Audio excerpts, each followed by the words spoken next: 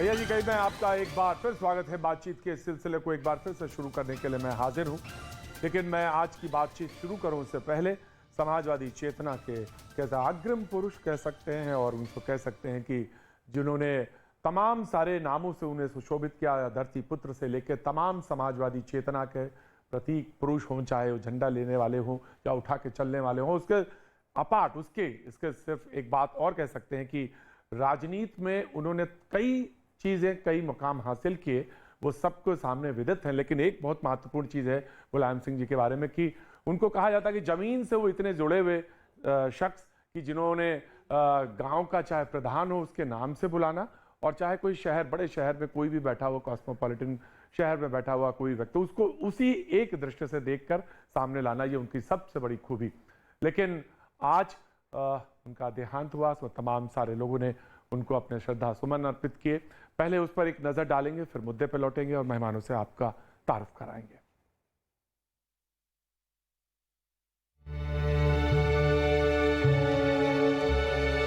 मुलायम सिंह यादव जी, उनका जाना देश के लिए एक बहुत बड़ी क्षति है। लोग भगवान से प्रार्थना करते हैं कि उनकी आत्मा को शांति दे और धीरे धीरे उनके पूरे परिवार को ताकत दें और अगली को सहने के लिए। शोक संतप्त परिजनों और समर्थकों के प्रति भी अपनी संवेदना व्यक्त करता हूं। प्रभु से हमने उस समय कामना की थी, लेकिन अब जो भी प्रभु की इच्छा होती है वैसा ही होता है। वो हमारे बीच में नहीं रहे, बड़ा हमें इस बात के लिए कष्ट दुख भी है।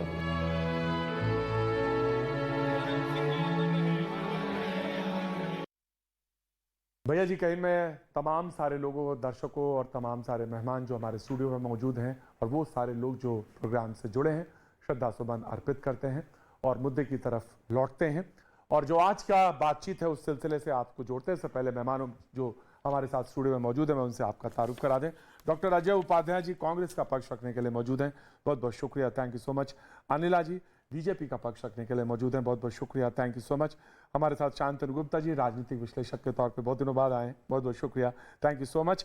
हमारे साथ आकृति भाटिया मौजूद हैं, राजनीतिक विश्लेषक हैं, बहुत बहुत शुक्रिया, थैंक यू सो मच आकृति। और एस.के. दत्ता राजनीतिक विश्लेषक हमारे साथ मौजूद हैं, बहुत बहुत शुक्रिया, थैंक यू सो मच। और आनंद दुबे शिवसेना मुंबई से हमारे साथ मौजूद हैं। आनंद जी बहुत बहुत शुक्रिया, थैंक यू सो मच। आपसे भी बहुत दिनों बाद मुलाकात हुई, उसका कारण ये है कि मैं शो जो है स्टूडियो से करता नहीं हूँ और फुटपाथ पे आप हमको मिलते नहीं हैं। मैं ये नहीं कह रहा हूँ कि पार्टी आपकी फुटपाथ पर भी है, हर जगह है, लेकिन हमारे से मुलाकात आपकी वहां नहीं हो पाती। बहुत बहुत शुक्रिया Anand ji, thank you so much. बातचीत का सिलसिला शुरू करेंगे। राहुल गांधी ने एक बयान दिया। राहुल गांधी ने कहा कि हमारी पार्टी यानी कांग्रेस जो है फांसीवादी पार्टी नहीं है। मैं जानना चाहता हूं कि तमाम सारे मुद्दों के बाद पहुंचे। जब कोरोना के समय में एक ट्वीट आया कि कोरोना के समय में पार्टी हमारी क्या कर रही थी, यानी कांग्रेस क्या कर रही थी, एक जिक्र और आया कि आप क्या कर रहे थे, यानी बीजेपी क्या कर रही थी। मैं उस पर जाऊं से पहले मैं ये इशारा करना चाहता हूं कि हमारी पार्टी फांसीवादी नहीं है, यानी कांग्रेस फांसीवादी नहीं है। तो इशारा किसकी तरफ कि कौन फांसीवादी पार्टी और क्यों, कैसे? जी अजय जी आपका टाइम। देखिए माननीय राहुल गांधी जी ने कहा है फांसीवाद क्या है। मुसोलिनी, हिटलर की जो परिस्थितियां थी सबने देखा है कैसे लोकतंत्र को कुचलने वाली विचारधारा जो है वो कहीं ना कहीं फांसीवाद है। जो सत्ता का केंद्रीकरण करती है कहीं ना कहीं वो फांसीवाद है। जिस तरह से लोकतंत्र में जो लोकतांत्रिक संस्थाएं हैं उसका कहीं ना कहीं जो शोषण करती है वो फांसीवाद है। कांग्रेस पार्टी शुरू से लोकतंत्र की स्थापना के लिए, भारत की आजादी की स्थापना के लिए, देश में स्वतंत्रता और बंधुत्व की विचारधारा को स्थापित करने के लिए, सर्वधर्म समभाव और वसुधैव कुटुंबकम की राजनीति के लिए हमने हमेशा काम किया है। और कहीं ना कहीं वही बात राहुल गांधी जी कह रहे हैं कि हम फांसीवादी नहीं हो सकते, हम लोकतांत्रिक लोग हैं। हमने देश को आजाद कराने से लेकर के और देश में आजादी स्थापित करने तक काम किया। Thank you so much, thank you so much. Datta ji will respond, Datta ji will respond, want to respond. जी जी गदगद हूं श्रीमान राहुल जी के बयान से। गदगद होने के सिवा दूसरा कुछ हो नहीं सकता है। हाँ। क्योंकि इस तरह का बयानबाजी जो कहीं ना कहीं पे बचकानी हरकत दिखाता है, वो उस पे तो या तो ताली बजाओ या तो फिर मातम बनाओ। हाय रे, ऐसे पार्टी जिसने प्रजातंत्र का गला घोटा था, इमरजेंसी लगा के, भारत के प्रजातंत्र पे फांसी लगाए थे इमरजेंसी लगा के, वो कह रहे कि कांग्रेस पार्टी तो फांसीवादी पार्टी नहीं है। फांसीवादी हो नहीं राहुल जी, उससे भी ऊपर हो। You all are the murderer of democracy. इस देश में अगर आपके संविधान का गला अगर किसी पार्टी ने एक तरह से झिंझोड़ के रखा है, सबसे ज्यादा राष्ट्रपति शासन इस देश में किसी पार्टी ने अगर किया है, लगभग 105 बार राष्ट्रपति शासन इस देश में किसी पार्टी ने लगवाई है, वो श्रीमान राहुल जी की पार्टी है। कोरोना काल के बारे में उपलब्धि गिना रहे थे। मैं जानता हूं राहुल जी और आपके बहन क्या कर रहे थे कोरोना के दौरान। लेफ्ट राइट करके पिज्जा खा रहे थे और ट्वीट कर रहे थे। ये तो रही आपकी उपलब्धि। भारत जोड़ने की बात करते हो, आपके पर नाना से लेके इंदिरा गांधी जी से लेके आप आज तक, आप तक सब ने भारत तोड़ने का काम किया है। Very quick response. आनंद मैं आ रहा हूं आपके पास। पाकिस्तान जीता जागता उदाहरण है, जो गिफ्ट में राहुल जी के नाना ने डाउरी में दिया था चीन को और पाकिस्तान को। दत्ता जी। दत्ता साहब का तो अंदाज अलग है, अच्छा मजाक करते हैं, पढ़े लिखे हैं लेकिन मजाक कर लेते हैं। जहां तक बात इन्होंने कही है देश के लिए, सुनिए जिस तरह नहीं, अब बीच में नहीं, भाजपा का समर्थन है देश भर के लिए। हो गया अब अजय जी तो क्या मजाक करे, हकीकत दिखाए और आईना दिखाए तो चूकती है बहुत ज्यादा, क्योंकि आईना से तो असली सच्चाई और असली चेहरा वन बाय वन हो गया। स्टूडियो का डिबेट है जी, तो स्टूडियो के डिबेट के अंदाज में ही होना चाहिए। बिल्कुल। और जहां तक बात कही है, पूरे देश को पता है कि जब कोरोना का समय था तो देश का विपक्षी पार्टी, मैं तो कांग्रेस पार्टी की बात सिर्फ नहीं करता, राहुल गांधी जी और सोनिया गांधी जी, प्रियंका गांधी की और कांग्रेस पार्टी के कार्यकर्ताओं की, सारा विपक्ष कहां था और देश में कौन मोर को दाना खिला रहा था। और वो मोर चूंकि राष्ट्रीय पक्षी थी, देश में संकट था तो राष्ट्रीय पक्षी को दाना खिलाना बहुत जरूरी था देश में, इसलिए वो दाना खिलाने की बात हो रही थी।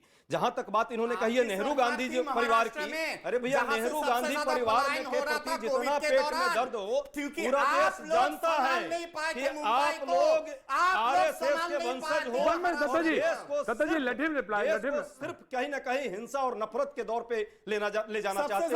देश में कभी भी समानता, देश में कभी सबसे ज्यादा कभी भी सांप्रदायिक दंगा किसने करवाया है? भागलपुर से लेकर मीरठ से लेकर आगरा से लेकर कर्नाटक वाली आज डिबेट नहीं, आई एग्री वहां होती तो मैं भी चिल्लाता। देखिए, देश में समानता, स्वतंत्रता और बंधुत्व की बात करने वाला, धर्मनिरपेक्षता की बात करने वाला, विविधता में एकता की बात करने वाला, हिंदू दर्शन की बात करने वाला, हिंदुत्व की बात करने वाला, अनिला जी प्लीज बाकी कोई नहीं है। और कांग्रेस पार्टी पर जो तोहमत लगा रहे हैं ना, पूछिएगा इनके पूर्वज क्या कर रहे थे, कश्मीरी स्वतंत्रता आंदोलन में क्या कर रहे थे, स्वतंत्रता आंदोलन में क्या कर रहे थे, अनिला जी आरएसएस क्या कर रहा था देश की स्वतंत्रता में? जवाब दीजिए, जवाब तो अभी 875 दंगे देश की राजधानी में दीजिए, आप बंगाल का जवाब दीजिए, भाजपा वालों से जवाब दीजिए, सिलचर का भाजपा वालों से जवाब पूछिए। राइट दत्ता जी,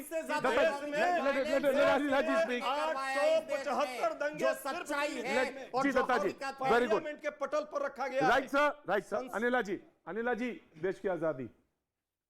सबको राम राम। आज आदरणीय मुलायम सिंह यादव जी हमारे बीच में नहीं रहे, उनको श्रद्धांजलि देते हुए अब मैं अपनी बात आगे करूंगी। मैं सुन रही हूं राहुल गांधी जी ने क्या कहा। ठीक है, कांग्रेस जो है इस वक्त किस मानसिकता के साथ कार्य कर रही है भारतवर्ष में, हम जानते हैं कितना ज़्यादा कन्फ्यूजन है इस इंडियन नेशनल कन्फ्यूज पार्टी में। पर मैं एक चीज़ जानती हूँ यहाँ पे प्रतीक जी कि तोड़कर जोड़ लो चाहे कुछ भी दुनिया की, तोड़कर जोड़ लो चाहे कुछ भी दुनिया की, सब कुछ काबिले मरम्मत है साहब एतबार के सिवा। तो जो एतबार ही जो खो चुके हैं इस राष्ट्र में, तो चाहे वो भारतीय जनता पार्टी के नेताओं को कुछ भी कह लें, हिटलर कह लें, फैसिज्म कह दें कि भारतीय जनता पार्टी जो है फैसिज्म में विश्वास करती है, आप कुछ भी कह लीजिए, पर आपने इस राष्ट्र का विश्वास खो दिया है। तो आप भारत जोड़ो यात्रा पे जो निकले हुए हैं, जो तोड़ तोड़ कर जोड़ने की बात करते हैं, जो माला आपने बिखेर दी है आप उसको दोबारा कैसे पिरोगे? और जो धागा टूट गया है उसमें जो गांठ लग गई है, तो फिर से वो जो एक धागा एक सार आप कैसे बनाओगे? मैं एक चीज जानती हूं कि जो आप दक्षिण से लेकर उत्तर तक की यात्रा कर रहे हो,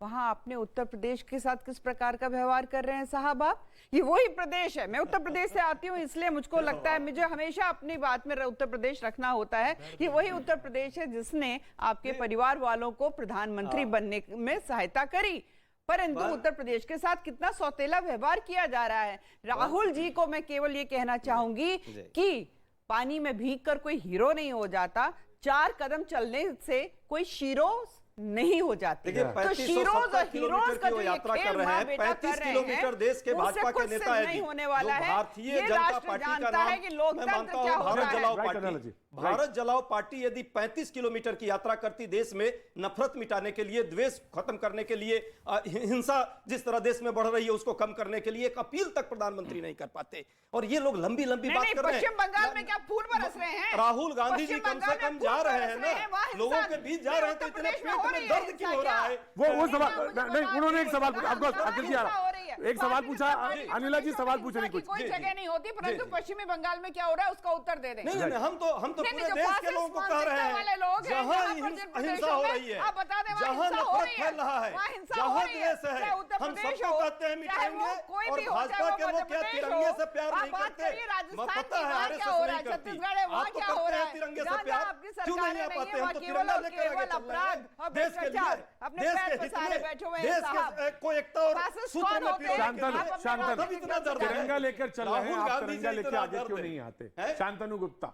देखिए, आई थिंक प्रदीप जी वो मुद्दा ही नहीं है। मुझे लगता है कांग्रेस की और राहुल गांधी की बत्ती हर समय बड़ी लेट जलती है। जब कोरोना में बहुत सारे लोग सड़कों पर आके मदद कर रहे थे तो राहुल गांधी, प्रियंका गांधी घर में बैठे थे। उसके बहुत साल पहले लोग ट्विटर पे, फेसबुक पे बात करा करते थे, तो वो फेसबुक ट्विटर पे नहीं थे, तो वो बड़ा लेट अडॉप्ट करते हैं हर चीज़ को। अब वो फासिज्म का मुद्दा, किताबी मुद्दा लेके बैठे हैं। अब दुनिया कहीं और पहुंच चुकी है। भारत बात कर रहा है कि भारत आज 134 यूनिकॉर्न बना चुका है। IMF के लोग कह रहे हैं कि इकोनॉमी को सबसे अच्छा कोरोना में भारत ने मैनेज करा।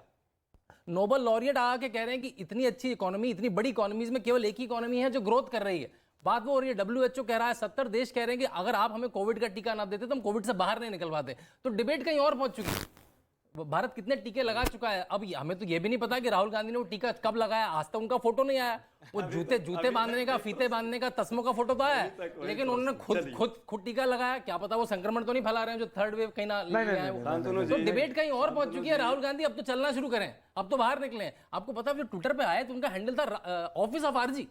मैं नहीं ऑफिस ऑफ आरजी, फिर धीरे से लगा नहीं ऑफिस ऑफ आरजी, अब मैं राहुल गांधी बनता हूं।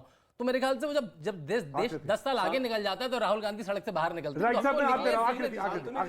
मैं समझता हूं शांतनु जी के पास बहुत दर्द है। इन लोगों को दिक्कत हो रही है क्योंकि देश जुड़ रहा है। इनको दिक्कत हो रही है क्योंकि लोग पैदल चल करके देश का तिरंगा लेकर के चल रहे हैं, हजारों की संख्या में चल रहे हैं। अभी भी आंख पे पट्टी बंदी है और दर्द बहुत ज्यादा है। दर्द की दवा जला दीजिएगा इनको, और दर्द की दवा यही है कि देश से नफरत मिटे और ये लोग भी गांधी के फॉलोअर बने। दिखावे के लिए चश्मे को खाली अपनाए नहीं, चश्मा जरूर शांतनु जी ने अपना लिया है, लेकिन गांधी जी के प्रति अभी भी चुनाव हो जाता है, अध्यक्ष को भी ले लेते। जो गांधी जी के प्रति नफरत करेगा वो देश के अहिंसा के पुजारियों के साथ नफरत करेगा, पवित्रता के साथ नफरत करेगा, और धर्म निरपेक्षता के साथ नफरत करेगा। वेरी क्विक एक क्विक रिजॉइंडर, तोड़ने की बात आप करते हो। अरे आपने तो पूरा देश को तोड़ के ही रखा था। बंटवारा किसके चलते हुआ था? इंडियन मुस्लिम लीग और कांग्रेस पार्टी। वो साइन किसने किया था? माउंटबेटन प्लान पे। कौन साइन किया था? इंडियन कौन साइन किया था? झूठ मत बोलो देश के इतिहास पे। किसका सिग्नेचर था? पढ़े लिखे व्यक्ति हो, झूठ पंडित नेहरू का 100% झूठ बोल रहे हो। भारत की आजादी का इंस्ट्रूमेंट ऑफ एक्सेशन पर साइन कौन किया? भारत की आजादी में जब हम आजाद हो रहे थे, आजादी की लड़ाई लड़ रहे थे, हिंदू महासभा आपकी कहां थी? जहां पे लोगों ने महासभा क्या कर रही थी? मुस्लिम लीग के साथ मिलकर के देश की स्वतंत्रता के आंदोलन की विरोध कर रहे थे। आंदोलन का विरोधी राष्ट्रद्रोही थे आप लोग। मैं आया तोड़ा है अपने। मैं आकृति में just give me a second. नफरत फैला रहे हो। राइट सर, अभी भी समझो। राइट दत्ता, झूठे आर्गुमेंट मत करो। राइट, तर्क very quick just give me a second. Very quick, एकदम झूठ बोल रहे हो। जो भाजपा वाले जिस तरह कुतर्क करते हैं उसी तरह आप कुतर्क कर रहे हैं। वेरी क्विक, मैं समझता हूँ भाजपा वाले कुतर्क ही करते हैं। डिबेट विल ओपन उसके बाद। जी देखिए प्रतीक जी, आज नेताजी हमारे बीच नहीं रहे, मैं उनको भावभीनी श्रद्धांजलि देता हूं। और सारा देश जो है दुखी है उनके जाने से। समाजवाद अमर रहे, इसी बात की हम कामना करते हैं। लेकिन ऐसे मौके पर भी बीजेपी के एक एमएलए हैं अतुल भटलाकर, जिस शब्दों में उन्होंने नेताजी को याद किया और जैसी घटिया हरकत की है वो बहुत अशोभनीय है। एक राजनीति में जब आप कोई जिंदा होता है तो वाद विवाद होती है। जब यहाँ पे डिबेट लेकिन तो बीजेपी की प्रवक्ता ने सबसे पहले मुलायम सिंह यादव जी को नहीं, मैं समझ रहा हूँ, श्रद्धा सुमन दिया सबसे पहले। बिल्कुल सही उन्होंने वहां से बिल्कुल सही बात। मैं बीजेपी मैं आपको कोट करता हूं, मैं बीजेपी के ही एक एमएलए हैं कांदीवली मुंबई से, उन्होंने जिन अशोभनीय शब्दों में उनका इस्तेमाल किया है आज, तो बहुत बुरा लगा कि राजनीति का स्तर इतना गिर गया। मैं सिर्फ इतना याद दिलाना चाह रहा था। दूसरी मुलायम सिंह जी को उनके अक्रॉस द पार्टी लोग जानते हैं, उनका आदर करते थे और इसमें कहीं दो राय नहीं। प्रधानमंत्री जी कितनी इज्जत करते हैं, ये बड़ी बात है। देखिए, सबसे बड़ी बात यह है कि आज देश को जोड़ने की जरूरत क्यों आन पड़ी है। भाई ठीक है, लोगों का दर्द है, जुबान पे छलक जाता है कि भाई आप उसी के चर्चा कर रहे हैं, भारत जोड़ो। जब आपको कोई दर्द होता है तभी आप चर्चा करते हैं, वरना नहीं करते, इग्नोर करते हैं लोग। देखिए, जब दिल्ली में इस बड़े मंच से दिल्ली में एक सांसद जो लॉ मेकर है, जिसको पार्लियामेंट में प्राइम मिनिस्टर के साथ बैठते हैं, वो ऐसा सांसद अगर वीएचपी के रैली में कल परसों ही दिल्ली में ये ऐलान करता हो कि भाई यहाँ से पुलिस और हिंदू मिलकर 24 घंटे में मुसलमान को सबक सिखा देंगे, तुम उससे यहाँ से बहिष्कार करो, उससे सामान लेना बंद कर दो, तो ये पुलिस और हिंदू का क्या साठ? मुझे नहीं मालूम कहाँ से कोट कर रहे हैं, लेकिन मैं ऐसे बयानों को बिल्कुल नहीं रहता अपने प्रोग्राम में। मैं बता देता हूँ, मैं बिल्कुल प्रोग्राम में इसको ना तो मैं आगे बढ़ाता हूँ, ना मैं बिल्कुल इसको एंटरटेन कर रहा हूँ। बिल्कुल ये गलत और बिल्कुल मतलब बिल्कुल आपत्तिजनक है। जिसने भी कहा वो इस देश के या तो कानून को या तो इस देश के कानून को नहीं समझता, या वो सांसद हैं इस देश के, भारतीय जनता पार्टी के सांसद हैं ये परवेश वर्मा। मैं नहीं लेता उनका बयान यहाँ पे, चिंताजनक मैं उनका बयान यहाँ नहीं लेता। ये हाँ बिल्कुल सही बात, आप नहीं लेते और ये चैनल को इंडोर्स भी नहीं करना चाहिए, बिल्कुल सही मैंने कहा, पहले कह दिया आप इंडोर्स, इससे ज्यादा मैं एंकर बोल रहा, मैं बिल्कुल इंडोर्स। लेकिन ये हमारे देश के लिए चिंताजनक विषय है कि आप अब बताइए क्यों नहीं भारत को जोड़ने की कोशिश की जाए, क्यों नहीं ऐसी पार्टियों को मौका दिया जाए और उनको आगे बढ़ाया जाए। कभी सुना कि प्रधानमंत्री ने ये बात कही हो?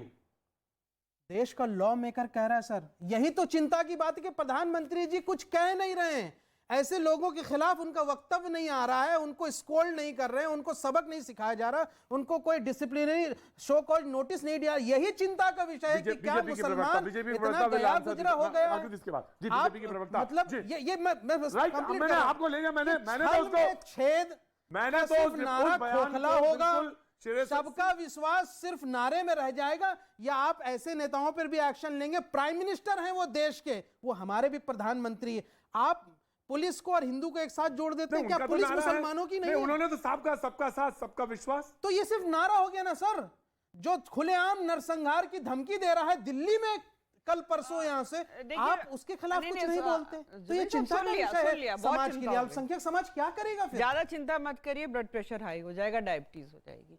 देखिए, ऐसा है कि मैंने व्यक्तिगत रूप से ये बयान बिल्कुल भी नहीं सुना। अगर इस प्रकार का कोई भी बयान आया है, वो भारतीय जनता पार्टी की जो आइडियोलॉजी है उसके खिलाफ है। ये पार्टी किस प्रकार का एक्शन लेती है या नहीं लेती है, उसके ऊपर मैं टिप्पणी नहीं कर सकती, क्योंकि मैं केवल और केवल प्रवक्ता हूं। भारतीय जनता पार्टी की क्या सोच है, क्या भारतीय जनता पार्टी कर एक सेकंड, जो भाई साहब, मैं आपके बीच में नहीं बोली साहब, बहस नहीं कर रहे, बहुत सेंसिटिव मुद्दा है। बिल्कुल, मुझे बहुत अच्छा लगता है कि एक सेकंड साहब, एक सेकंड, मुझे अच्छा लगता है कि जोधपुर और खंडवा में जो सर तन से जुदा के नारे लगे हैं उसके विषय में भी ये टिप्पणी कर देते हैं कि सर तन से जुदा के भी नारे नहीं लगने चाहिए, और ऐसे काम हुए हैं यहाँ पर कि सर जो है तन से जुदा कर दिया गया है। सर तन से जुदा के नारे किसी सांसद ने लगाए, किसी मुस्लिम सांसद ने लगाए, किसी मुस्लिम बड़े नेता ने लगाए जो सदन का हिस्सा हो, या किसी राज्य सरकार का हिस्सा हो, या सत्ता का हिस्सा हो।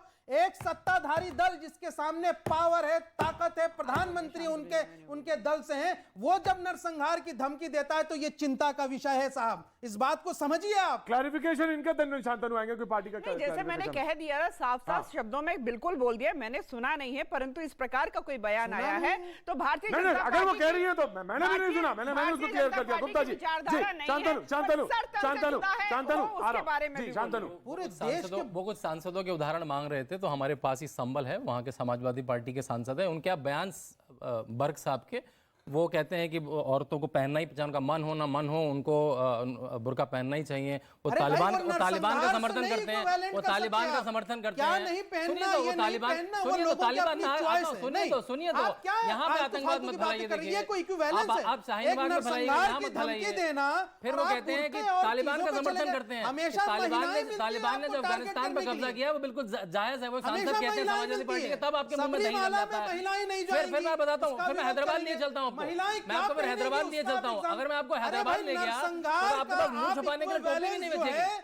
वो आपको हैदराबाद के सांसद के, हैदराबाद के सांसद के, आपके सबसे लोकप्रिय सांसद के अगर मैंने स्टेटमेंट यहाँ चला दिए और उनके पार्टी के सांसद के स्टेटमेंट चला दिए तो आपके पास टोपी भी नहीं बचेगी मुंह छुपाने के लिए। मानसिकता है देखिए, अब जब मैंने तर्क दिया तो वो डर गए, तर्क दिया तो चिल्लाने लगे, उसका क्लैरिफिकेशन तो चिल्लाने लगे। जी, दो मेरे प्रवक्ता अभी पैनल में नहीं बोले, उसके बाद मैं जवाब दूंगा। जी जी आकर, राइट, आई एम सॉरी, मैं देर से आया। जी देखिए, ऐसी एक तो कई दफा हुआ ऐसा कि बीजेपी के जो रिप्रेजेंटेटिव्स हैं उन्होंने कई सारी एंटी मुस्लिम बातें की हैं, उसकी लिस्ट पूरी अवेलेबल है, उसके बारे में बात, और कितनी बार उसको जो है उसका खंडन किया गया है, उसको कितनी बार जो है रोका गया है या फिर उसको पनिश किया गया है, वो भी सबकी आंखों के सामने है। और मैं ये भी यहाँ पे मानती हूँ कि उल्टी साइड से भी जो है, सामने वाली साइड से भी कई सारी जो है ऐसी स्टेटमेंट्स आई हैं। तो I don't want to get into this. अगर यहाँ पर बात हो रही है कि इकोनॉमी जो है बहुत अच्छी जा रही है तो उस पर भी जरा हमें गौर फरमाना होगा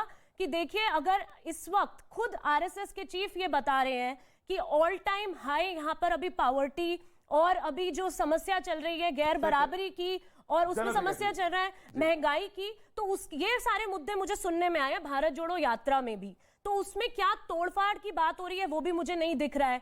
तो कहां पे परेशानी है ये भी देखना पड़ेगा। ऐसे कई सारे आंकड़े आप देख सकते हैं। अभी होलसेल प्राइस इंडेक्स जो है सबसे हाई चल रही है, जो अभी इतने सारे आंकड़े जो हैं ये खुद बताए गए हैं।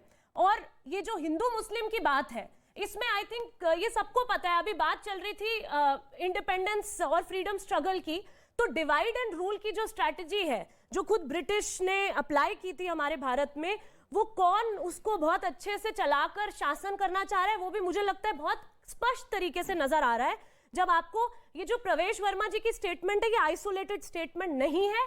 यही स्टेटमेंट कि मुस्लिम वेंडर्स का बहिष्कार करिए पूर्ण तरीके से, ये कई बार आ चुका है। ये कोई पहली बार आज नहीं आ रहा है जो सडन एकदम शॉक लग रहा है लोगों को ये सुनकर, और बहुत अच्छा लग रहा है कि यहाँ पे सब इस बात को खारिज भी कर रहे हैं। तो ऐसे कई सारे स्टेटमेंट्स हैं जो मैं अभी यहाँ पे कोट कर सकती हूँ। प्रतीक भाई, सबसे पहले बात ये है कि परवेश वर्मा जी ने ये कहा है या नहीं कहा है, मुझे नहीं लगता है कि मुझे भी नहीं मालूम। मैंने इसको पहले ही खंडन कर दिया, ये प्रोग्राम का हिस्सा नहीं है। क्योंकि मैंने सुना, मैं किसी वीडियो को इंडोर्स, मैं किसी वीडियो को, और मैंने कहा अगर कहा तो वो, अगर वो है तो इसका वो खंडन कर रही है। मैं आ रहा हूँ, मेरी डिबेट का हिस्सा नहीं है वो, मैं बिल्कुल नहीं मानता। थोड़ा सा धीरज धरिए और सुनिए। परवेश वर्मा जी ने नहीं कहा है, मैं जितना जानता हूं, क्योंकि मुझे कहीं पर भी सुनाई नहीं दिया। मतलब जहां नहीं सुनाई दिए तो please let me complete, please let me complete, let me complete. You are talking illogical. I am not talking. You will not teach me whether I'm talking illogical or whether I'm talking justified way or not. You are not going to teach me this. Do you know me? You are not. Yes. And do you know me? If I shout, आप जानते हैं मुझको? If I shout, आप जानते हैं क्या? आप नहीं जानते? speak. शालीनता से सुनिए पहले। Hey, सुनने का क्षमता रखिए। ये मत करना। शालीनता से सुनिए। ये मत करना। शालीनता से सुनिए। शालीनता से सुनिए। सुनिए शालीनता से। शालीनता से सुनिए आप। Have some patience. तुम्हारे गुलाम हैं हम। Have गुलाम हैं हम। Listen. तमीज नहीं है बात करने की। I was listening क्या नाम है to तुम्हारा? you. I was listening to you. मैं आपको भी सुन रहा था। बहुत अच्छी तरह से सुन रहा था। मैं आपको बहुत, प्रतीक भाई इस तरह से वक्त एक छोटे से ब्रेक का है। वक्त एक छोटे से ब्रेक का वक्त एक छोटे से ब्रेक का। ब्रेक से पहले मुझे आनंद के पास जाना चाहिए, और ऑफकोर्स आनंद के पास ही जाना चाहिए क्योंकि वही शांत कर सकते हैं। इनका नाम आनंद है। आनंद है, चेहरे पे दिखाइए जरा, आनंद है कहाँ? जरा एक बार आनंद को दिखाइए जरा मुझे। आनंद आप ही के पास आना, जो मुस्कुरा रहे। चलिए खैरियत है, बुरा मत मानिएगा मुझे, बिल्कुल बुरा मत मानिएगा। शिवसेना के प्रवक्ता हैं, बुरा मत मानिएगा कि मैं ब्रेक के बाद अगर आपके पास आऊं। वक्त छोटे से ब्रेक का, ब्रेक के बाद आता हूं and I will confirm about this statement की क्या है। वक्त छोटे से ब्रेक का।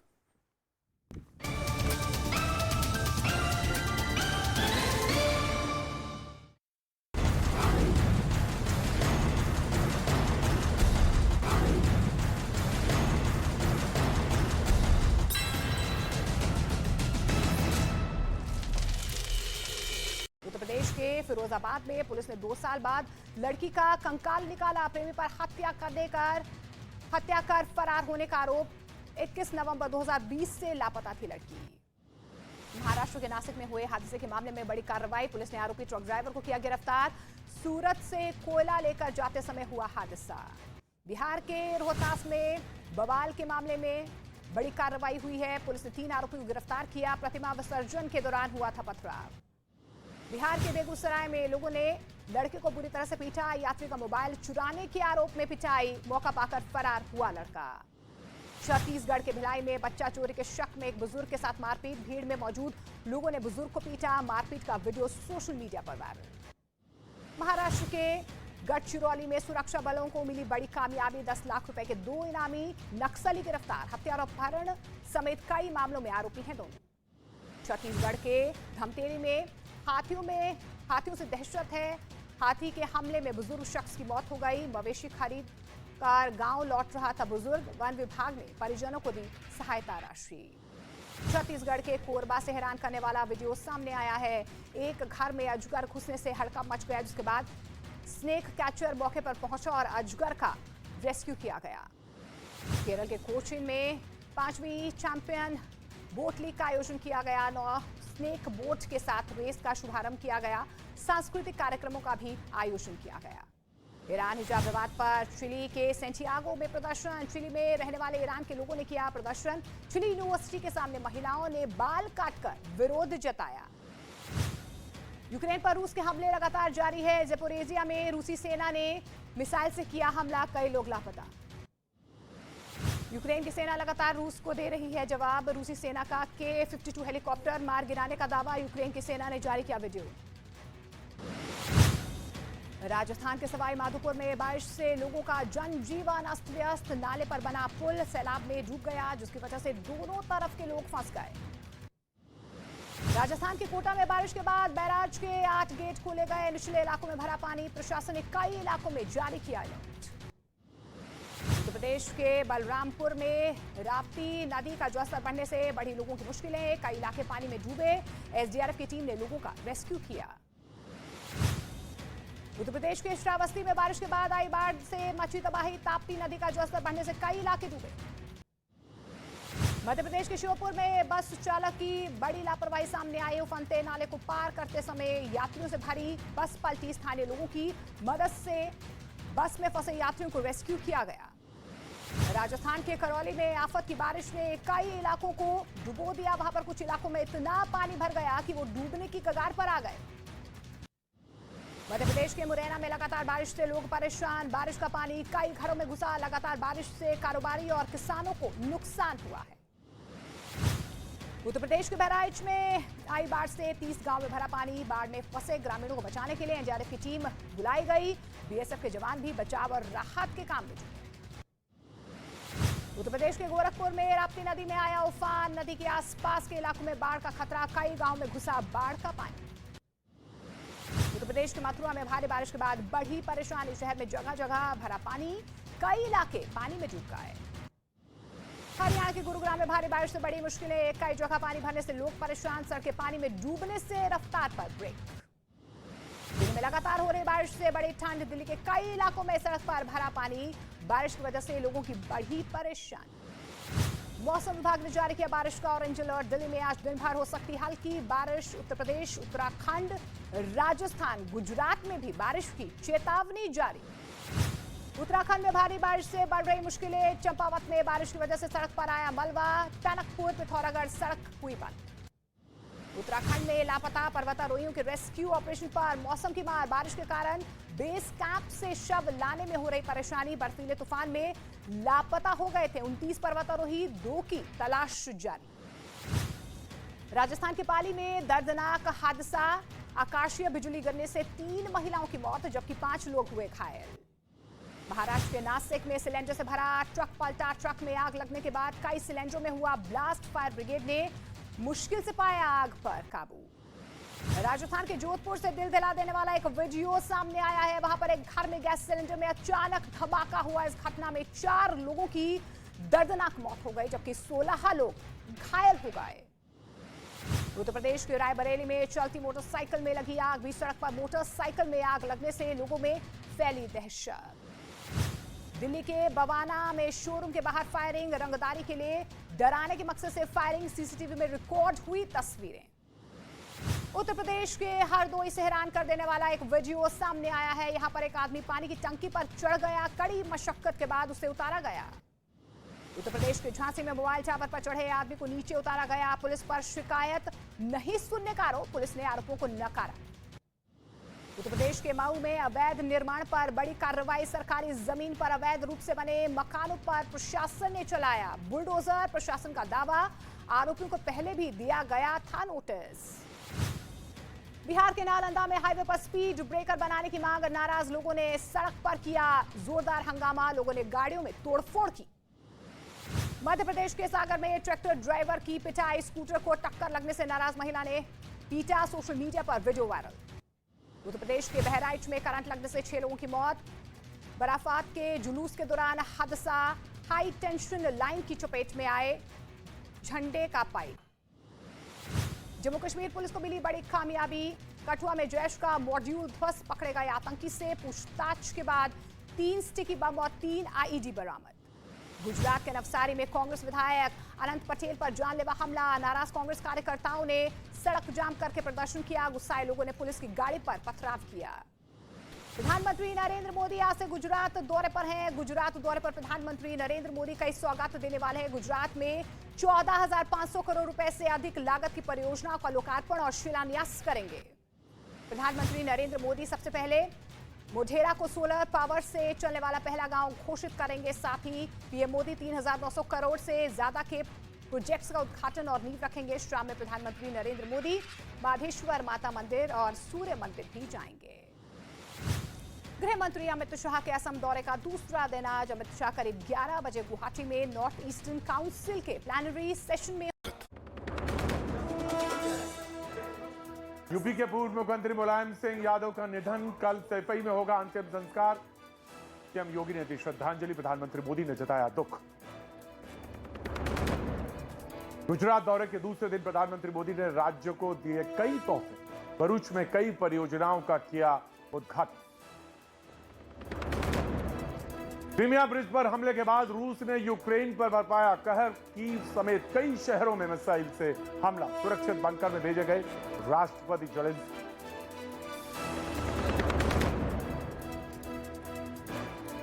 चुनाव आयोग के फैसले के विरोध में सुप्रीम कोर्ट जा सकते हैं उद्धव गुट। आयोग ने शिवसेना के नाम और चुनाव चिन्ह के इस्तेमाल पर लगाई रोक। शिंदे और उद्धव गुट नहीं कर सकते हैं धनुष बाण के निशान का इस्तेमाल।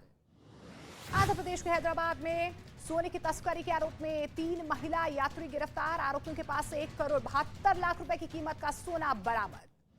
बिहार के गोपालगंज में महावीरी अखाड़ा मेले के दौरान अश्लीलता बार बाला ने किया डांस, हथियारों का भी इस्तेमाल, सोशल मीडिया पर वीडियो वायरल। उत्तर प्रदेश के फिरोजाबाद में पुलिस ने 2 साल बाद लड़की का कंकाल निकाला। प्रेमी पर हत्या कर फरार होने का आरोप। 21 नवंबर 2020 से लापता थी लड़की। महाराष्ट्र के नासिक में हुए हादसे के मामले में बड़ी कार्रवाई। पुलिस ने आरोपी ट्रक ड्राइवर को किया गिरफ्तार। सूरत से कोयला लेकर जाते समय हुआ हादसा। बिहार के रोहतास में बवाल के मामले में बड़ी कार्रवाई हुई है। पुलिस ने 3 आरोपियों को गिरफ्तार किया। प्रतिमा विसर्जन के दौरान हुआ था पथराव। बिहार के बेगूसराय में लोगों ने लड़के को बुरी तरह से पीटा। यात्री का मोबाइल चुराने के आरोप में पिटाई, मौका पाकर फरार हुआ लड़का। छत्तीसगढ़ के भिलाई में बच्चा चोरी के शक में एक बुजुर्ग के साथ मारपीट। भीड़ में मौजूद लोगों ने बुजुर्ग को पीटा। मारपीट का वीडियो सोशल मीडिया पर वायरल। महाराष्ट्र के गढ़चिरौली में सुरक्षा बलों को मिली बड़ी कामयाबी। 10 लाख रुपए के 2 इनामी नक्सली गिरफ्तार। हत्या और अपहरण समेत कई मामलों में आरोपी हैं दोनों। छत्तीसगढ़ के धमतेरी में हाथियों से दहशत है। हाथी के हमले में बुजुर्ग शख्स की मौत हो गई। मवेशी खरीद कर गांव लौट रहा था बुजुर्ग। वन विभाग ने परिजनों को दी सहायता राशि। छत्तीसगढ़ के कोरबा से हैरान करने वाला वीडियो सामने आया है। एक घर में अजगर घुसने से हड़कंप मच गया, जिसके बाद स्नेक कैचर मौके पर पहुंचा और अजगर का रेस्क्यू किया गया। केरल के कोचीन में 5वीं चैंपियन बोट लीग का आयोजन किया गया। 9 स्नेक बोट के साथ रेस का शुभारंभ किया गया। सांस्कृतिक कार्यक्रमों का भी आयोजन किया गया। ईरान हिजाब विवाद पर चिली के सेंटियागो में प्रदर्शन। चिली में रहने वाले ईरान के लोगों ने किया प्रदर्शन। चिली यूनिवर्सिटी के सामने महिलाओं ने बाल काटकर विरोध जताया। यूक्रेन पर रूस के हमले लगातार जारी है। ज़पोरिजिया में रूसी सेना ने मिसाइल से किया हमला, कई लोग लापता। यूक्रेन की सेना लगातार रूस को दे रही है जवाब। रूसी सेना का K-52 हेलीकॉप्टर मार गिराने का दावा, यूक्रेन की सेना ने जारी किया वीडियो। राजस्थान के सवाई माधोपुर में बारिश से लोगों का जनजीवन अस्त व्यस्त। नाले पर बना पुल सैलाब में डूब गया, जिसकी वजह से दोनों तरफ के लोग फंस गए। राजस्थान के कोटा में बारिश के बाद बैराज के 8 गेट खोले गए। निचले इलाकों में भरा पानी, प्रशासन ने कई इलाकों में जारी किया अलर्ट। उत्तर प्रदेश के बलरामपुर में राप्ती नदी का जलस्तर बढ़ने से बढ़ी लोगों की मुश्किलें, कई इलाके पानी में डूबे। एसडीआरएफ की टीम ने लोगों का रेस्क्यू किया। उत्तर प्रदेश के श्रावस्ती में बारिश के बाद आई बाढ़ से मची तबाही, ताप्ती नदी का जलस्तर बढ़ने से कई इलाके डूबे। मध्य प्रदेश के श्योपुर में बस चालक की बड़ी लापरवाही सामने आई। उफनते नाले को पार करते समय यात्रियों से भरी बस पलटी। स्थानीय लोगों की मदद से बस में फंसे यात्रियों को रेस्क्यू किया गया। राजस्थान के करौली में आफत की बारिश ने कई इलाकों को डुबो दिया। वहां पर कुछ इलाकों में इतना पानी भर गया कि वो डूबने की कगार पर आ गए। मध्य प्रदेश के मुरैना में लगातार बारिश से लोग परेशान। बारिश का पानी कई घरों में घुसा। लगातार बारिश से कारोबारी और किसानों को नुकसान हुआ है। उत्तर प्रदेश के बहराइच में आई बाढ़ से 30 गांव में भरा पानी। बाढ़ में फंसे ग्रामीणों को बचाने के लिए एनडीआरएफ की टीम बुलाई गई। बीएसएफ के जवान भी बचाव और राहत के काम में जुटे। उत्तर प्रदेश के गोरखपुर में राप्ती नदी में आया उफान। नदी के आसपास के इलाकों में बाढ़ का खतरा, कई गांव में घुसा बाढ़ का पानी। उत्तर प्रदेश के मथुरा में भारी बारिश के बाद बढ़ी परेशानी। शहर में जगह जगह भरा पानी, कई इलाके पानी में डूब गए। हरियाणा के गुरुग्राम में भारी बारिश से बड़ी मुश्किलें, कई जगह पानी भरने से लोग परेशान। सड़कें पानी में डूबने से रफ्तार पर ब्रेक। दिल्ली में लगातार हो रही बारिश से बड़ी ठंड। दिल्ली के कई इलाकों में सड़क पर भरा पानी। बारिश की वजह से लोगों की बढ़ी परेशानी। मौसम विभाग ने जारी किया बारिश का ऑरेंज अलर्ट। दिल्ली में आज दिन भर हो सकती हल्की बारिश। उत्तर प्रदेश, उत्तराखंड, राजस्थान, गुजरात में भी बारिश की चेतावनी जारी। उत्तराखंड में भारी बारिश से बढ़ रही मुश्किलें। चंपावत में बारिश की वजह से सड़क पर आया मलबा। टनकपुर पिथौरागढ़ सड़क हुई बंद। उत्तराखंड में लापता पर्वतारोहियों के रेस्क्यू ऑपरेशन पर मौसम की मार। बारिश के कारण बेस कैंप से शव लाने में हो रही परेशानी। बर्फीले तूफान में लापता हो गए थे 29 पर्वतारोही, 2 की तलाश जारी। राजस्थान के पाली में दर्दनाक हादसा। आकाशीय बिजली गिरने से 3 महिलाओं की मौत, जबकि 5 लोग हुए घायल।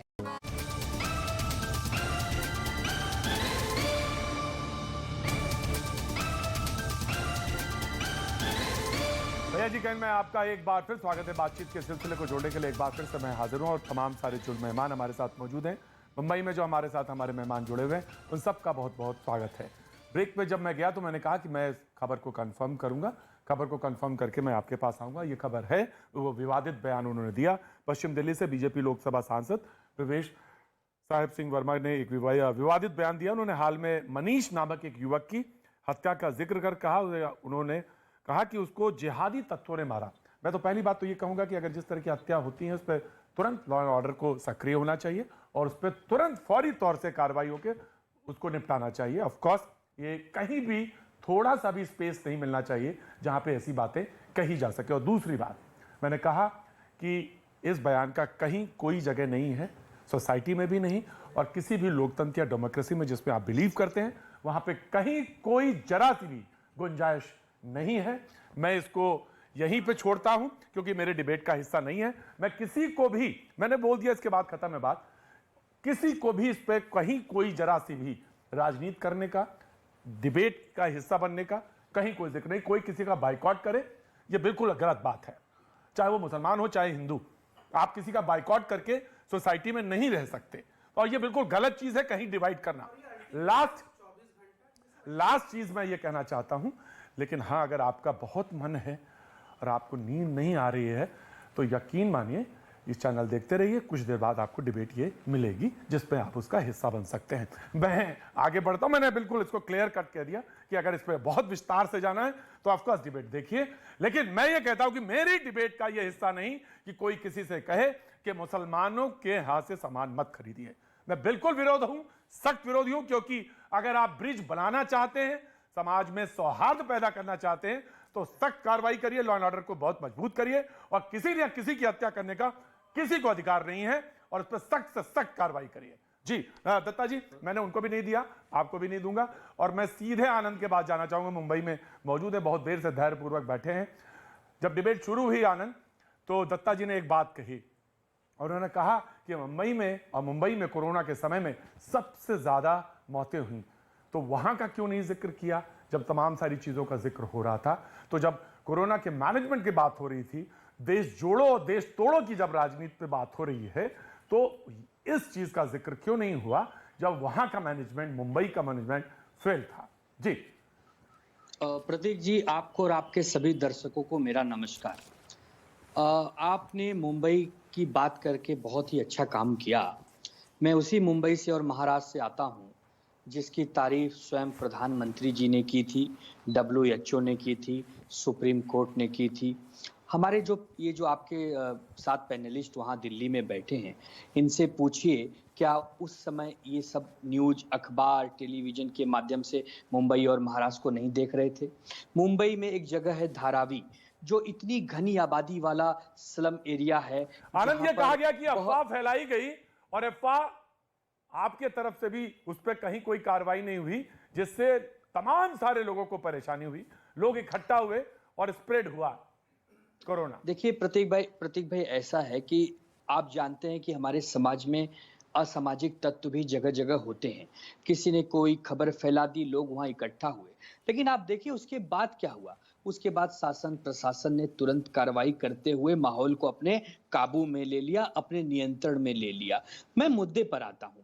सबसे बड़ा मुद्दा आज आपने जो किया है कि राहुल गांधी की यात्रा और मुंबई और महाराष्ट्र का कोरोना। मैं मुंबई महाराष्ट्र से आता हूं सर। मैं बहुत ही गंभीरता से कहता हूं कि जिस प्रकार पूरे दुनिया में कोरोना का कहर था, उससे ज्यादा ही मुंबई और महाराष्ट्र पे वो कहर था। लेकिन उसके बाद अंत में क्या हासिल हुआ? अंत में हमें नियंत्रण हासिल हुआ। अंत में हमारे लोगों की जानें हमने बचाई। हमने गंगा नदी के किनारे बहती हुई लाशों को नहीं देखा। हमने ऑक्सीजन के लिए दर दर भटकते दिल्ली की तरह लोगों को नहीं देखा। हमारे मुख्यमंत्री जी ने उस समय पूरी सरकार को साथ में लेकर, 3 पार्टियों की सरकार थी, सभी को साथ में लेकर जिस प्रकार एक मुखिया, एक घर का कुटुंब प्रमुख जिसको हम कहते हैं, उस प्रकार उन्होंने जिम्मेदारी निभाई। ठीक है, हम राजनीति में हैं, आप विरोध करिए, आप विपक्ष में हैं, आप सरकार में हैं, आप हमारे खिलाफ, हमारे अच्छे में बोलिए, लेकिन भाई साहब हम और आप तो एक ही देश की जनता हैं, एक ही देश के नागरिक हैं। यदि दिल्ली में भी अच्छा काम हुआ है तो हम तारीफ करते हैं, उत्तर प्रदेश में भी कुछ अच्छा काम हुआ है हम तारीफ करते हैं, वहां हम पार्टियों को नहीं देखते। बार बार महाविकास आघाड़ी सरकार और उद्धव ठाकरे जी को कोसना बंद करिए, क्योंकि मैं बहुत ही दावे के साथ कहता हूं कि जिस प्रकार उद्धव ठाकरे जी और महाविकास आघाड़ी की सरकार ने उस समय सहूलियत दी, तो हमें तारीफ के पुल क्यों मिले? अगर हमने गलत काम किया होता तो हमें WHO, सुप्रीम कोर्ट, प्रधानमंत्री जी फटकार लगाते, हम पर अनुशासन लगाते, कड़ाई लगाते, लेकिन उन्होंने और हमारे मुख्यमंत्री जी को टॉप 5 मुख्यमंत्री में जगह कैसे मिलती? प्रतीक भाई, जी बिल्कुल, आप इतने वरिष्ठ हैं। दत्ता, आपकी 3 पहिया की सरकार थी, इसीलिए तो सारी चीजें चरमरा गया था, इसीलिए पालघर भी हुआ था, इसलिए कोरोना काल में वो हाहाकार भी हम लोगों ने देखा। जब आप संभाल नहीं पा रहे थे तो भूतपूर्व मुख्यमंत्री 3 पहिया सरकार की, उन्होंने हाथ जोड़ के माननीय प्रधानमंत्री जी से और अमित शाह जी से गुहार लगाए थे और मदद के लिए वो किए थे कि मदद कीजिए, क्योंकि हमारी बस की नहीं है, हम संभाल नहीं पाएंगे। जहां आपने ऑक्सीजन सिलेंडर की आपने बात की और दिल्ली का उदाहरण दिया, बिल्कुल इस पे मैं आपके बातों से सहमत हूं, क्योंकि फटकार लगा था सुप्रीम कोर्ट से दिल्ली के सरकार को, और एफिडेविट में फिर बकायदा ऑन रिकॉर्ड आम आदमी पार्टी सरकार ने कहा था कि हां हमारे पास सिलेंडर थी, जो प्रमुख मात्रा में सिलेंडर थी, पर वो हम लोग डिस्ट्रीब्यूट नहीं कर पाए राजनीतिक मतभेद के चलते, और सुप्रीम कोर्ट ने फिर डंडा मारा था आम आदमी पार्टी के सरकार को, यह कहते हुए कि ऑक्सीजन सिलेंडर तो थी पर क्योंकि आपके केंद्रीय सरकार के साथ मतभेद था, इसके चलते आपने डिस्ट्रीब्यूशन नहीं किया है। तो आप ही के जो विचारधारा के जो एक्सटेंशन मैं आ गया कांग्रेस में डिबेट में खोल रहा हूं। आनंद को रिप्लाई करने दीजिए एक बार। आनंद जी। नहीं जानता बिकॉज मुझे स्क्रीन पे नहीं दिख रहा है, लेकिन इन्होंने अभी कहा कि प्रधानमंत्री जी से मदद की गुहार लगाई। अरे भाई, हम एक परिवार हैं, हमारा देश एक परिवार है। यदि हम कोई चीज हैंडल नहीं कर पा रहे हैं इस महासंकट के सामने, तो हम अपने मुखिया, अपने घर के सबसे बड़े अग्रज से गुहार लगाएंगे, हम उनसे मदद मांगेंगे। क्यों नहीं मांगे? आप चाहते हैं कि हम मदद नहीं मांगे? आप चाहते हैं कि हम गुहार लगाए प्रधानमंत्री जी के पास और अमित शाह जी के पास, तो श्रेय उनको दीजिए। ढिंढोरा मत पीटिए ना, मतलब कि काम करे और कोई और फिर ढिंढोरा पीटे आप। हमने किया, आपने नहीं किया, केंद्रीय सरकार ने किया सारी चीजें। दत्ता जी वो स्टूडियो में नहीं है, उनको शर्म आनी चाहिए। आप एक स्वस्थ लोकतंत्र का हिस्सा नहीं हो सकते कभी। जी ना, बीजेपी वांट टू रिप्लाई। जी मैं आ रहा कांग्रेस के पास। जी, मैंने अभी आनंद जी को सुना, ठीक है, और इन्होंने मोदी जी की प्रशंसा करी, धन्यवाद आपका। चलिए, माना तो आपने कि नरेंद्र मोदी जी प्रधानमंत्री के रूप में सबसे सफल प्रधानमंत्री रहे हैं इस राष्ट्र के। पर साहब, इसका उत्तर दे दीजिए। मैं उत्तर प्रदेश से आती हूँ, ठीक है। उत्तर प्रदेश, बिहार, मध्य प्रदेश, राजस्थान, यहाँ के बहुत लोग महाराष्ट्र में नौकरी करते हैं, ठीक। और खासतौर से अगर मैं मुंबई की बात करती हूँ तो वहाँ से कैसे दौड़ाया था, कैसे भगाया था उनको। खाली कर दो मुंबई, चले जाओ उत्तर प्रदेश, चले जाओ बिहार, चले जाओ राजस्थान, चले जाओ, दौड़ा के भगा दिया। यहाँ से जाओ, यहाँ पे संक्रमण नहीं फैलना चाहिए, अपने प्रदेश में जाओ। तो आपको लगता है कि माफ किया जाएगा कभी? वो लोग भूल सकते हैं, आप लोगों ने दौड़ा दिया था। ठूस के जाओ, ट्रेन में जाओ, कैसे भी जाओ, साइकिल पे जाओ, पैदल जाओ, मरो या जियो, पर मुंबई को छोड़ दो। दौड़ाया था उस राज ठाकरे को आज भी मोदी जी सेना में कब से हो गए भाई? मैं आ रहा हूं, आनंद आ रहा हूं। वेट आकृति, राइट शिवसेना को उत्तर दे, शिवसेना को उत्तर देने दीजिए। मैं आपसे बात ही नहीं कर रही, हिंदू मुस्लिम मसला ही नहीं कर रही। ये बात मेरे उत्तर प्रदेश की है, ये बात मेरे बिहार की है, ये बात मेरे राजस्थान की है। ये जो जिस राज ठाकरे ने बिहारियों और उत्तर प्रदेश के लोगों को अपमानित करने का काम किया, उसी राज ठाकरे को प्राइम मिनिस्टर जो है उनको सपोर्ट कर रही है। काले दिन थे, उसको हमें एक बार फ्लैशबैक करने की जरूरत है। सबसे पहले जो है कई सारे लोग, इंक्लूडिंग जिनकी आज बात हो रही है, राहुल गांधी जी ने 2019 जो है दिसंबर से शोर मचाया था, इंटरनेशनल फ्लाइट्स बंद कर दीजिए, देखिए यहाँ पे ऐसे ऐसे कोविड फैल रहा है। उसमें जो लगातार लापरवाही हुई है, कोरोना मिस गवर्नेंस का अंतरराष्ट्रीय उदाहरण बन के रह गया है हमारा देश। 47 लाख, मतलब 47 लाख में मुझे इतना बोलने दीजिए, मेरे पास बहुत आंकड़े हैं। 47 लाख कोविड प्रवासी मजदूरों के जो नजारे पूरे विश्व में हो रहे हैं, बैठकर हमारी जितनी मौतें हुई हैं, भारत में मिस गवर्नेंस के कारण, रातों रात लगे लॉकडाउन के कारण, मतलब हम भूल गए कि कितने लोग बेघर हैं भारत में, कितने लोग बेघर हैं, भूल गए कि अरे घरों के अंदर बैठिए। कितने लोग जो है लॉकडाउन पर, हाँ जी, और उसमें हम कह रहे घरों के अंदर जाइए। कितने लोगों के पास पानी नहीं है और बार-बार बोल रहे पानी। प्रवासी मजदूर के नजारे सिर्फ मुंबई से नहीं आए, पूरे देश भर में कितनी मौतें हुई है। रेलों के नीचे कट गए, रेलों के नीचे प्रवासी मजदूर कट गए, उसी पाप का फल भुगत रहे हैं आज उनकी सरकार। ये चीज बिल्कुल नहीं भूलनी चाहिए, चाहे कोई भी पार्टी हो, कांग्रेस हो, कोई भी हो, लेकिन हमारे जो देश के मजदूरों का हाल हुआ था, सैनिटाइजर से धोया गया था, सैनिटाइजर से धोया गया था उन लोगों को। वो जमात तबलीगी जमात का भी पूरा मुद्दा बना था। शुरू में कई ऐसी चीजें हुई थी जिसको कम्युनलाइज भी किया था, उन्हें सैनिटाइज भी किया था, और उन्हें मतलब एक तरह से मीडिया में दृश्य तो आए थे, लेकिन जो आंकड़े हैं वो आज तक एक्सेप्ट नहीं किए गए। WHO के आंकड़ों को कि 47 लाख जो है मौतें हुई थी, जिसमें मैं दे दूंगा पॉइंट आपको दे दूंगा, में सिर्फ लॉकडाउन की वजह से, कोरोना की वजह से नहीं। देखिए, राहुल गांधी को हम इतना तो क्रेडिट देना पड़ेगा कि इन 6 विद्वान लोगों को और एक मुंबई से उन्होंने 2.5 साल पीछे ढकेल दिया। हम जब कोरोना को पीछे छोड़ आए हैं, जब भारत सबसे विश्व में सबसे बड़ा टीका लगाने वाला देश बन चुका है, जब IMF से लेकर नोबेल लॉरिएट कह रहे हैं, नोबेल लॉरिएट और IMF के लोग कह रहे हैं कि भारत ने केवल भारत ने सबसे अच्छा इकोनॉमी को डील करा, भारत के लॉकडाउन से लेकर इकोनॉमी से लेकर हर चीज की तारीफ कर रहे हैं, तो राहुल गांधी कम से कम 2.5 साल पीछे ले जाने, इस बात का क्रेडिट आपको राहुल गांधी को देना पड़ेगा। राहुल गांधी के 2 श्रेय देना चाहूंगा। जैसे ही भारतीय टीका है, उन्होंने नहीं भारतीय टीका मतलब ये उनका पहला श्रेय है। दूसरा, उन्होंने क्या कहा, जब प्रधानमंत्री ने कहा कि इतने सारे हेल्थ वर्कर हैं, उनको सांत्वना देने के लिए, उनका बल बढ़ाने के लिए ताली बजाओ दिया, तो उसका भी मजाक बनाया। तो जहां पे भी कोई स्टेप आया, राहुल गांधी केवल करके ट्वीट। उनके एक मित्र थे अखिलेश यादव, कह रहे थे नहीं इससे तो नपुंसक हो जाएंगे, टीका मतलब वो भारतीय जनता पार्टी का टीका है। तो कुछ लोगों ने ये करा, कुछ लोगों ने कोरोना से बाहर निकाला। आज लोग 6 लोग मैं बीजेपी के साथ दे रहा हूं जी, अजय मैं दे दूंगा, डॉक्टर साहब दे दूंगा मैं जी। देखिए, कोरोना जैसा महामारी आज भी देश नहीं भूला है, लेकिन उससे भी बड़ी एक विडंबना और दुख की बात रही जिस तरीके से उस दौरान मीडिया के एक बड़े वर्ग ने एक गैर जिम्मेदाराना रवैया अख्तियार किया मुस्लिम वर्ग के खिलाफ, तबलीग जमात के खिलाफ, और जो बीजेपी ने उस पर राजनीति की, उस पर सुप्रीम कोर्ट ने बाकायदा ये कहा कि तबलीग जमात वालों को बलि का बकरा बनाया गया। स्केप गोट एट वर्ड है। Madras high court, Bombay high court, सब ने ये कहा कि तबलीग जमात वाले कहीं फॉल्ट में नहीं थे, उनको बलि का बकरा। अब बायस रिपोर्टिंग करके मुसलमानों के इर्द गिर्द एक नैरेटिव डाली गई कि भाई कोरोना यही फैला रहे। सुप्रीम कोर्ट जब ये कह देता है तो कोई आज माफी नहीं मांगा। सुन लीजिए भाई, सुन लीजिए, एक मिनट में पूरी बात कर लूं। मैच चल रहा है क्रिकेट का, मैं फुटबॉल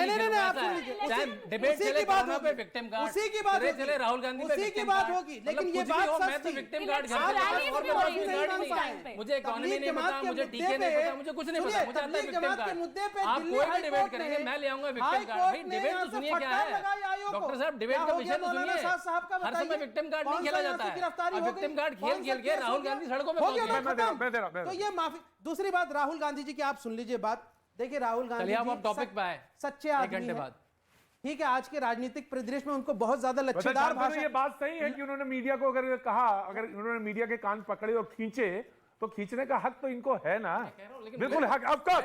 हाँ, टॉपिक में मैं आ गया, बिल्कुल टॉपिक में आ गया। विक्टिम कार्ड किसी और दिन ऑफ कोर्स मैं आप ही को दे रहा हूं। मैंने तो ये भी कहा कि आपको पूरा कान खींचने का पूरा हक है और खींचना चाहिए। आपसे मतलब आप नहीं, आपसे मतलब वो सारे लोग जो वहां पे डिबेट हो रही थी। Now you come to the topic. चलिए, बहुत बहुत शुक्रिया। और अच्छी बात है कि आपने इस बात को माना कि परवेज वर्मा के हवाले में जो मैंने कहा उसको भी चैनल ने एक्सेप्ट किया, आपने उसको ऑन रिकॉर्ड कहा, और तबलीग जमात पे भी आपने कहा कि मीडिया ने गलत। लेकिन राहुल गांधी जी की बात मैं पूरी कर दूं बस, कि देखिए वो सच्चे नेता हैं, वो लच्छेदार भाषा नहीं बोलते। सुप्रीम कोर्ट में माफी मांगनी पड़ती है उनको झूठ के लिए, कई बार वो अलग बात है। लोग जो है लेकिन सुप्रीम कोर्ट पर राफेल के लिए माफी मांगनी पड़ती है, झूठ नहीं बोलते हैं 3 बार, और वो यहाँ से धोखा और छल नहीं करेंगे। प्रधानमंत्री जी के लिए मैं एक बात सिर्फ कह दूं, आपके मन से बड़ा मंच है प्रधानमंत्री जी, आप पशमानदा मुसलमानों की तरफ आए। आपने राष्ट्रीय कार्यकारिणी हैदराबाद में कहा, मैं कह रहा हूं मैं हूं पशमानदा। आप 27% ओबीसी का जो कोटा है, विद इन द कोटा, जो यहाँ से रंगनाथ मिश्रा कमीशन की सिफारिश से 7.5%, बहुत अच्छी बात है मौलाना, कोई और जनाब आली, बहुत अच्छी बात है। लेकिन मुझे एक बात आपसे कहना है सर, आपको पूरा हक है कान खींचिए मीडिया के, क्योंकि ऑफ कोर्स आप पैनलिस्ट हैं, आप कह सकते हैं। आपको मैंने बकायदा इस बात के लिए, मेरी डिबेट में तो खींच ही सकते हैं, लेकिन इस बात के लिए नहीं कि सावरकर को अंग्रेजों से तनख्वाह मिल रही थी। This is very bad and very bad and very bad. This is very bad. ये हक नहीं है। अगर आप अगर चर्चा कर रहे हैं तो ये हक नहीं है। चर्चा कीजिए, ये हक नहीं है। क्या मुस्लिम लीग के साथ सर जो गलत है वो गलत है। सुनिए, श्यामा प्रसाद मुखर्जी ने मुस्लिम लीग के साथ बंगाल और सिंध में सरकार बनाई थी 1945 में। सावरकर साहब को तनख्वाह मिल रही थी, सावरकर साहब को तनख्वाह मिल रही थी। सावरकर जी ने पूरा अधिवेशन में कहा कि ये हमारा सरकार बनाना है। ये मैं उनको जवाब दे रहा हूं। पर आप मानते हैं सर, प्रतीक जी, आप मान रहे हैं ना कि मीडिया ने कोरोना के दौरान मुसलमानों को टारगेट किया, और ये जो हॉन्टिंग थी इसका मुसलमानों को मैं ये नहीं कह रहा, मैं ये कह रहा हूँ नहीं, मैं ये नहीं कह रहा। मैं ये वो वर्ग, देखिए सर, आप सुनने की कोशिश करिए। यहाँ से अब सर कैसे आप उसको रिवर्ट कर पाएंगे? शांतनु ने बिल्कुल ठीक कहा, जो मानसिक बार रोने से बादल नहीं बरस जाते। मेरी बात सुनिए, लेकिन वो जो मेरी बात सुनिए, मैंने ये कहा कोई घटना विशेष अगर गलत हुई है, रिपोर्टिंग गलत हुई, उसके लिए हम सारे लोग शर्मिंदा हो, माफी मांगते हैं। सिर्फ रिपोर्टिंग, लेकिन सावरकर को आप कहें कि अंग्रेजों से उनको तनख्वाह मिल रही थी। प्रतीक जी, 2-3 बातें शर्म आनी चाहिए। आप मुद्दे को डाइवर्ट जरूर करना चाहते हैं, नो लेकिन सर, ये सच्चाई रिपोर्ट है सर, ये आपने कहा। अरे ये मैंने कहा, ये कांग्रेस- इतिहास कहता है, ये देश में लिखित में है। ये क्या कांग्रेस पार्टी पेंशन सिर्फ वाली कह रही बात है झूठी नहीं क्या? है। आप आपके दर्शक अनपढ़ है, जानते नहीं है कलेक्टर को जितना उस समय सैलरी थी उससे ज्यादा उनको क्या मिलता था वेतन की नहीं? अंग्रेज देते थे वेतन की नहीं? क्या वो माफीनामा 6 बार मांगा था कि नहीं उन्होंने? क्या इस देश को हिंदू मुस्लिम और मुस्लिम लीग के साथ मिलकर के श्यामा प्रसाद मुखर्जी ने सरकार बनाई थी? बिल्कुल। दीनदयाल उपाध्याय जब भारत की स्वतंत्र हुआ 31 वर्ष के थे, एक बार जेल का कहीं का दिखा दीजिए। किस जेल में थे वो? मैंने अक्सर और कहां थे? ये लोग बात करते हैं इस देश में तोड़ने की बात हो रही है। और ये मैं दोनों लोगों को कहता हूं, जो लोग इस देश में हिंदू मुस्लिम कर रहे हैं, चाहे मुस्लिम समाज के लोग हो चाहे हिंदू समाज के लोग हो, कट्टरता फैलाने वाले से ये देश जो है नहीं चलेगा। ये देश ऑडियो कट चलेगा। Audio cut sir, audio cut नहीं सर, मैंने सुना, क्योंकि सर मुझे भी तो बोलने का हक है। सर मुझे भी बोलने का हक है। सर मुझे भी बोलने का हक है। नाउ जो प्लीज लिसन सर, मुझे भी बोलने का हक है। नहीं सर, मुझे भी बोलने का हक है। आपने बड़े आराम से यहाँ खड़े होकर मीडिया को कहा, मैंने कहा, और मैंने कितनी तसल्ली के साथ कह दिया कि मीडिया के कान खींच लीजिए, लेकिन जब आप बरगलाएंगे झूठ, सर मुझे बोलने दीजिए, सर बोलने दीजिए, जब आप झूठ बोलेंगे और मक्कारी की इस हद तक चले जाएंगे कि आप झूठ को बोलते चले जाएं। कौन, किस मुसलमान को हटा दिया गया एनआरसी के आंदोलन के बाद? बताइए मुझे, क्या बात करते हैं आप? आप माफी मांगेंगे?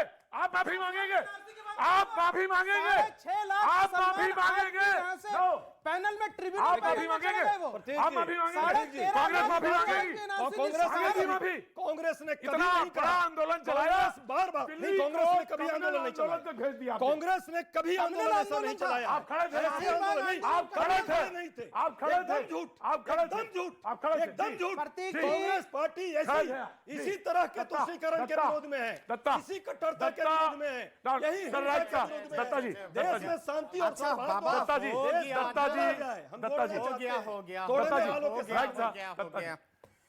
अजय भाई, इतिहास के पन्ने से बहुत सारी चीजें आपने उठा लिया, मैं उठाऊं क्या? एक second, very quick Datta, very quick, let me complete please, very quick Datta ji, very quick,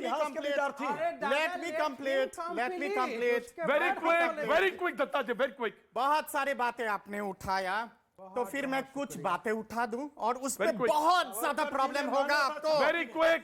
Pandit Nehru जब प्रधानमंत्री बने, पंडित नेहरू अभी बस फिर मिलेंगे, उठाएंगे आवाज, बस।